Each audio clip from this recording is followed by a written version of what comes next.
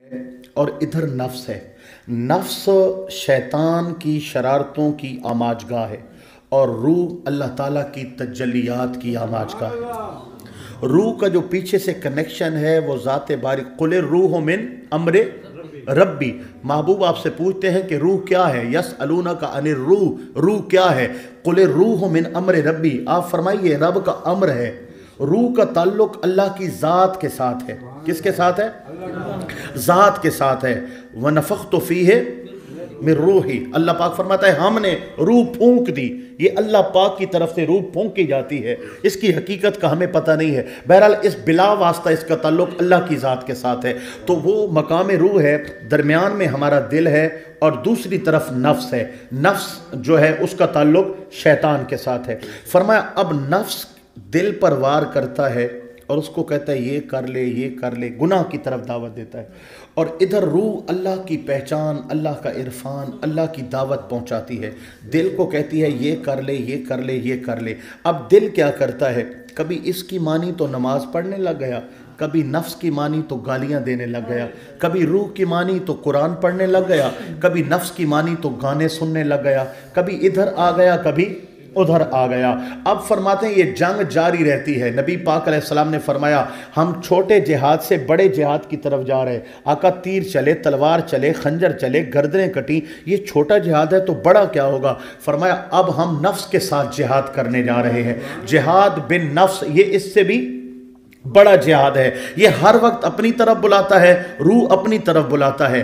ہم جو لوگ ہیں ہم ہیں نفسانی بندے۔ ہم کون ہیں؟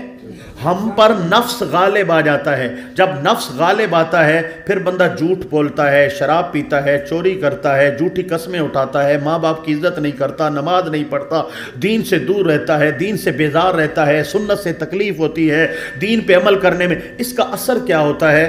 نفس کا جو اثر ہے اس کی وجہ سے دل میلا ہو جاتا ہے، دل بھی نفس کی طرح گندا ہو جاتا ہے۔ اسی کے رنگ میں خربوزے نو خربوزہ دیکھ کے رنگ نہ پہندا ہے نا، دل بھی اسی کی طرح میلا ہو جاتا ہے۔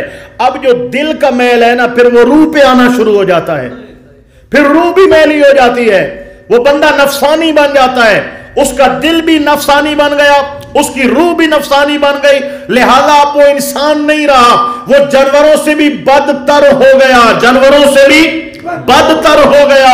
اب فرمایا دوسرا بندہ جو روح کو غالب کرتا ہے، روح نے کہا نماز پڑھ، روح نے کہا تلاوت کر، روح نے کہا اللہ اللہ کر، روح نے کہا حلال کما، روح نے کہا ماں باپ کی عزت کر، روح نے کہا یہ کام نہیں کر یہ کام نہیں کر۔ روح کی جو چمک ہے وہ دل کو اجلا کرتی ہے اور دل پھر نفس کو بھی پاک کر دیتا ہے، پانی ہو جاتا ہے، روح پہ آنا شروع ہو جاتا ہے، پھر روح بھی میلی ہو جاتی ہے، وہ بندہ نفسانی بن جاتا ہے، اس کا دل بھی نفسانی بن گیا، اس کی روح بھی نفسانی بن گئی، لہذا اب وہ انسان نہیں رہا، وہ جانوروں سے بھی بدتر ہو گیا، جانوروں سے بھی بدتر ہو گیا۔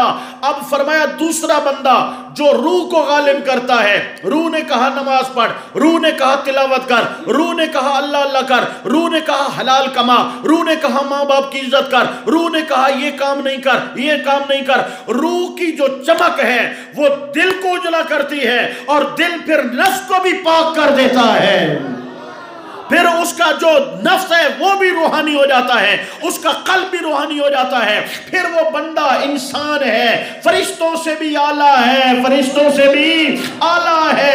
میرے آقا کریم علیہ السلام نے فرمایا جب گندے بندے کی موت کا وقت آتا ہے اس کی روح کو نکالا جاتا ہے، ایسے نکلتی ہے کہ جیسے جھاڑی میں جھاڑی کو روئی میں ڈالا جائے اور کھینچا جائے اور روح اڑتی پھرتی ہے، اس طرح تکلیف۔ پھر اس کی روح کو آسمانوں کی طرف لے جاتے ہیں، بدبو آتی ہے، فرشتے لعنت کا توق ڈال کر واپس بھیج دیتے ہیں، پھر اس کو سجین 7 زمینوں نیچے دوزخ کی آگ میں بھیج دیا جاتا ہے کہ وہ پلید روح ہوتی ہے، اس نے روح کو پلید کر دیا ہے، اور روح نیک آدمی کی بلند ہوتی ہے۔ تتنزل علیہم الملائکہ اللہ تخافوا ولا تحزنوا وابشروا بالجنہ، فرشتے سمیٹ لیتے ہیں، گھیرے میں لے لیتے ہیں اور کہتے ہیں گھبرانا نہیں ہے، دیکھ اللہ کی جنت تیرا انتظار کر رہی ہے۔